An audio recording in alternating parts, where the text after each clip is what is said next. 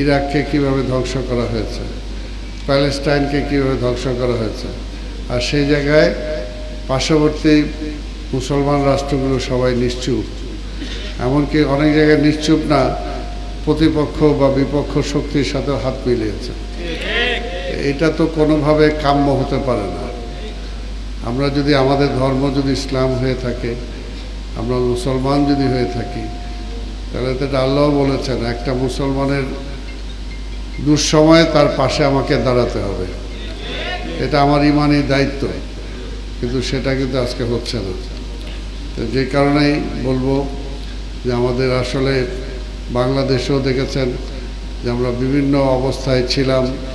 গত 17টা বছর এমন একটা অবস্থায় আমরা কাটিয়েছি যে কথা বলা যায় নাই, কথা বলতে গ্রেপ্তার হতে হয়েছে, গুম হতে হয়েছে, জেলে যেতে হয়েছে। আল্লাহর কাছে শুকরিয়া আদায় করি, অন্তত সেই অবস্থা থেকে আল্লাহ আমাদেরকে পরিত্রাণ দিয়েছেন এবং আমরা যাতে এটা ধরে রাখতে পারি। দেখেন বর্তমান সরকারের মাননীয় প্রধানমন্ত্রী জনাব তারেক রহমান আজকে কয়েকদিন হলো মাত্র দায়িত্ব নিয়েছেন। দায়িত্ব নেওয়ার পরে তিনি চেষ্টা করছেন, কাজ করতে গেলে ভুল ত্রুটি হবে, কিন্তু সময়টাও দিতে হবে। একটা নতুন সরকার আসছে, তাকে আপনি সময় দেন, সময় দেওয়ার পরে তারপর যদি সে না পারে, এখন তো আমার একটা সিস্টেমে যেতে হবে যে আবার নির্বাচন হবে, নির্বাচন হলে আমি পছন্দ না হলে সরকারকে আমি দেব না।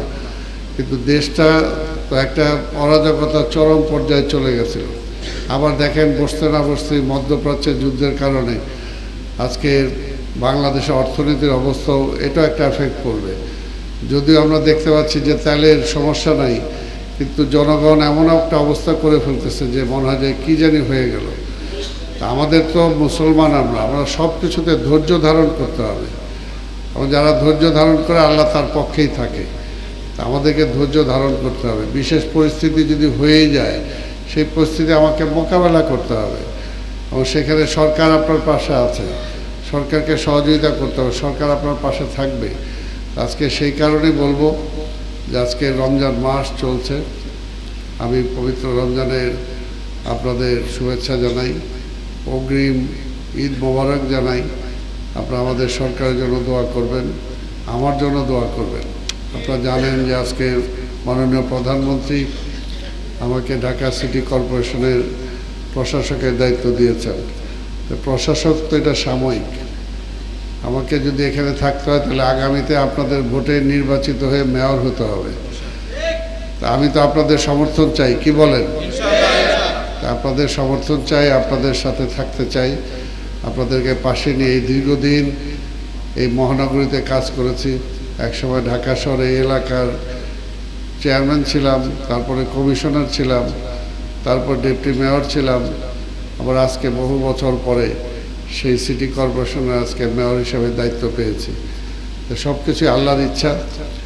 আমি চাই আপনারা দোয়া করেন যাতে ঢাকা মহানগরীর আজকে অনেক সমস্যা আছে, আজকে জঞ্জাল, আজকে আবর্জনা, আজকে মশা, আজকে বিদ্যুৎ, আজকে গ্যাস, আজকে জিনিসপত্রের দাম, আজকে ট্রাফিক সমস্যা, সব কিছুই সমস্যা, এগুলো আমাদেরকেই সমাধান করতে হবে।